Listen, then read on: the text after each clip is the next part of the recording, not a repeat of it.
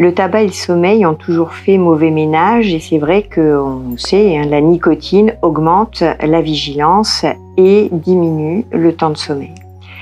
Et c'est vrai que le sommeil est aussi perturbé en période de sevrage, pendant les 3 semaines suivant un sevrage environ, et parfois peut même perdurer tout au long des mois qui suivent un sevrage réussi.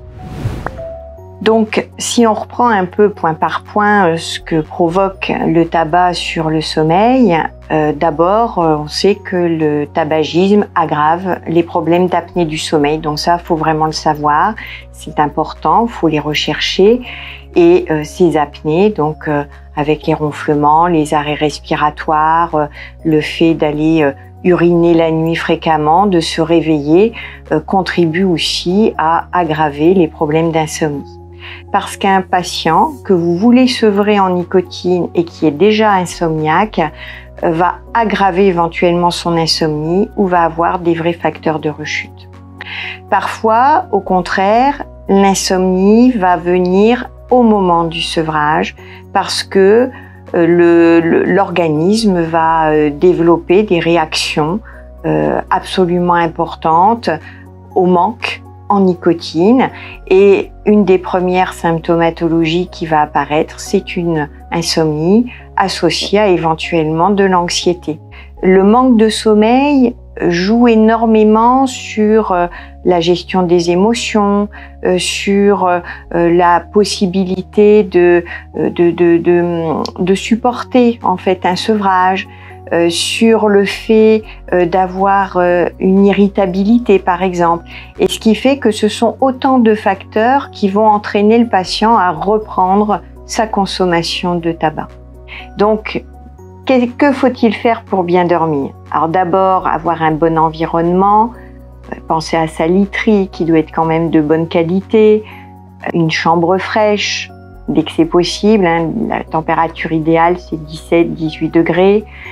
Il faut aussi avoir une bonne aération des chambres. On essaie d'aérer sa chambre une dizaine de minutes le soir avant de se coucher et surtout le matin. On essaie aussi d'être dans l'obscurité, dans le silence, puisque le cerveau humain est fait pour avoir ces conditions de sommeil idéales, si c'est possible, bien entendu. La deuxième chose sur laquelle on va veiller, outre le fait de ne pas fumer, c'est de ne pas avoir recours à d'autres excitants comme le café, le thé, le chocolat, qui est également un même produit que la caféine. Il est aussi important d'avoir un bon rythme de sommeil, c'est-à-dire que premièrement, on va se lever tous les matins à la même heure, week-end compris. Ça, c'est fondamental en sommeil, tout se passe au lever. Et pour se lever le matin, on va renforcer la synchronisation de notre horloge biologique à l'horloge terrestre, puisque nous sommes terriens, et ce qui fait que on va devoir s'exposer à la lumière le matin, faire de l'activité physique. C'est fondamental l'activité physique, ce d'autant qu'on est en cours de sevrage, donc avec une période un petit peu compliquée. Ensuite, on va essayer également d'avoir des repas à heure fixe pour toujours rythmer, et un petit déjeuner qui quand même doit être le repas le plus soigné, ce qui n'est pas toujours le cas, notamment j'ai beaucoup de patients fumeurs qui se contentent d'un petit café et d'une cigarette, et donc là il va falloir retravailler cette problématique. L'autre problème n'est pas seulement d'avoir un bon environnement de sommeil, mais c'est que faire quand on se lève la nuit ou quand on n'arrive pas à s'endormir. Alors là, bien sûr, là on rentre dans des techniques qui appartiennent aux thérapies cognitivo-comportementales qu'on utilise en insomnie. Mais par contre, là, bien entendu, on va avoir des petits trucs. Alors, une des choses possibles, c'est faire de la relaxation. Si par exemple le patient fait de la relaxation pour son sevrage tabagique ou connaît la technique, ça peut être une possibilité pendant la nuit. Ça va être aussi de faire des petites techniques comme ce qu'on appelle le body scan, c'est-à-dire qu'on se concentre sur des parties du corps et on essaie de ressentir la chaleur, le froid, la détente musculaire, etc. On se concentre vraiment là-dessus pour éviter de ruminer la nuit. Ça peut être aussi de sortir de son lit pour aller lire un livre, alors de préférence un peu ennuyeux. Alors ça, c'est pas toujours possible quand les gens n'aiment pas lire, mais par contre, ça peut être une aide pour les gens qui apprécient. Vous pouvez aussi donner comme alternative d'écouter une émission de radio, un peu ennuyeuse a priori, mais bien entendu c'est au choix du patient, mais par contre qui soit assez calme, tranquille, et de ne retourner se coucher qu'une fois qu'on ressent la somnolence.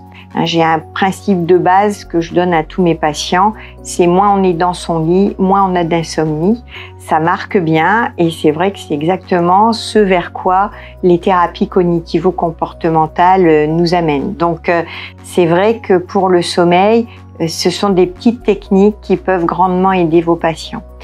La deuxième chose, c'est que n'oubliez pas toujours de rechercher le syndrome d'apnée du sommeil parce que derrière une plainte d'insomnie peut vraiment se cacher un problème organique et en fait le sommeil c'est certainement une des rares spécialités qui est riche de sa multidisciplinarité, c'est-à-dire qu'elle fait appel à des médecins, parfois des psychologues, mais n'oublions pas que c'est un problème médical avant tout. Donc, on recherche les problèmes organiques. Ensuite, vous avez donc les techniques de relaxation. Alors, c'est bon pour le sommeil, mais c'est également bon pour le sevrage tabagique. Et ça, je pense que on ne le dira pas assez. Et bien entendu, le signal le plus fort, c'est que le patient a des moyens de se faire accompagner. Il existe plusieurs dispositifs actuellement qui peuvent les aider à ce sevrage tabagique. Et donc, des experts tabacologues peuvent tout à fait vous aider dans ces problématiques de sevrage de façon plutôt performante. Il existe aussi quelques outils comme le 3989 qui peut aider également et contribuer à la réussite des programmes de sevrage. Donc, dans ces programmes de sevrage, ces outils sont indispensables pour la réussite, pour augmenter la motivation et donc permettre aux gens dans des moments de faiblesse, d'y recourir et de passer ces caps que l'on sait tous très difficiles. Donc en conclusion, la prise en charge des troubles du sommeil lors d'un sevrage tabagique est à mon avis absolument indispensable et donc n'hésitez pas à regarder les sites d'information que sont par exemple les sites du réseau Morphée ou alors le site de l'Institut national Sommeil Vigilance dont je fais partie et c'est vrai qu'on essaie de mettre en place des fiches de renseignements pour les patients et des questionnaires sommeil aussi pour les patients et donc je vous invite à aller voir nos sites de référence et je vous remercie pour votre attention.